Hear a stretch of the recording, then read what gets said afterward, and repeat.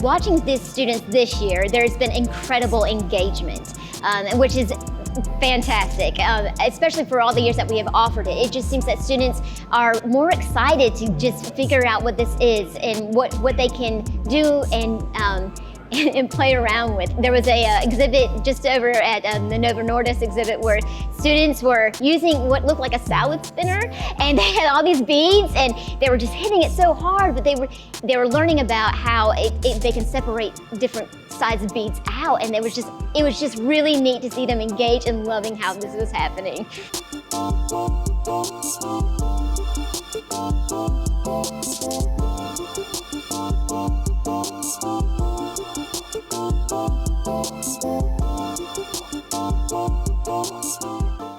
I thought it was a real special thing that Joco Works gives us this opportunity and to show us what we can do and how we can help our community and how important it is that we can stay at home and close to our families.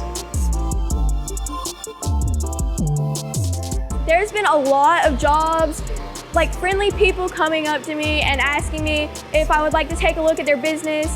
I feel like it's been really good seeing other people walk around and interact with that, and it's just been really fun. It's amazing. I really like it. I like how it shows you different careers you could pursue and the qualifications for it and what you have to do.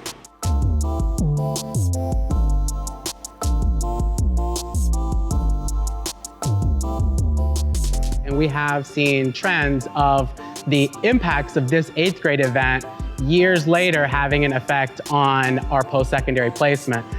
One of the things in CTE that we really care about, and in Johnston County Public Schools, is that students not only get to that stage at graduation, but that they walk off of that stage and have the skills, knowledge, and aptitudes to make their future goals and plans a reality. So I think we're definitely seeing the ripple effects of this event that happens in middle school.